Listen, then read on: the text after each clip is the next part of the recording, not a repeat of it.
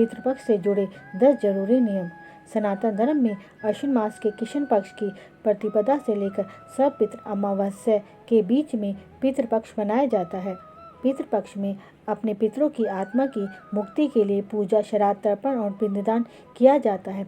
पितृपक्ष, जिसे महालय भी कहा जाता है, उसमें श्रद्धा के अनुसार श्राद्ध करने पर पितरों का आशीर्वाद और पुण्य फल की प्राप्ति होती है। पौराणिक मान्यताओं के अनुसार पितृपक्ष में विधि विधान से श्राद्ध करने पर कुल की वृद्धि होती है और पितरों के आशीर्वाद से व्यक्ति को सुख सौभाग्य की प्राप्ति होती है। इससे जुड़े कुछ नियम आइए जानते हैं। पहला, पितरों के लिए किए जाने वाला श्राद्ध हमेशा कृष्ण पक्ष में उत्तम माना जाता है। हिंदू मान्यताओं के अनुसार शुक्ल पक्ष में तथा अपने जन्मदिन के दिन कभी भी श्राद्ध नहीं करना चाहिए।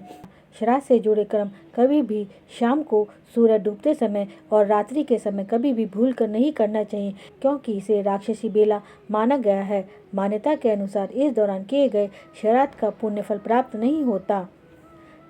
श्राद्ध कभी दूसरे की जमीन अथवा घर में जाकर नहीं करना चाहिए।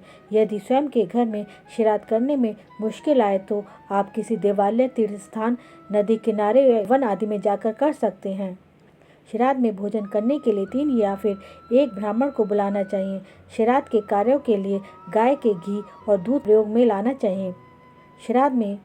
श्राद्ध में किसी भी ब्राह्मण को श्रद्धा और आदर के साथ भोजन में आमंत्रित करना चाहिए और उसे भोजन कराते समय अथवा उसे कुछ भी दान करते समय अभिमान नहीं करना चाहिए।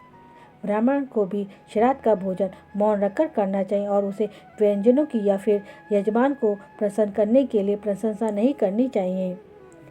पितरों के लिए किए जाने वाले श्राद्ध में किसी मित्र को नहीं बुलाना चाहिए।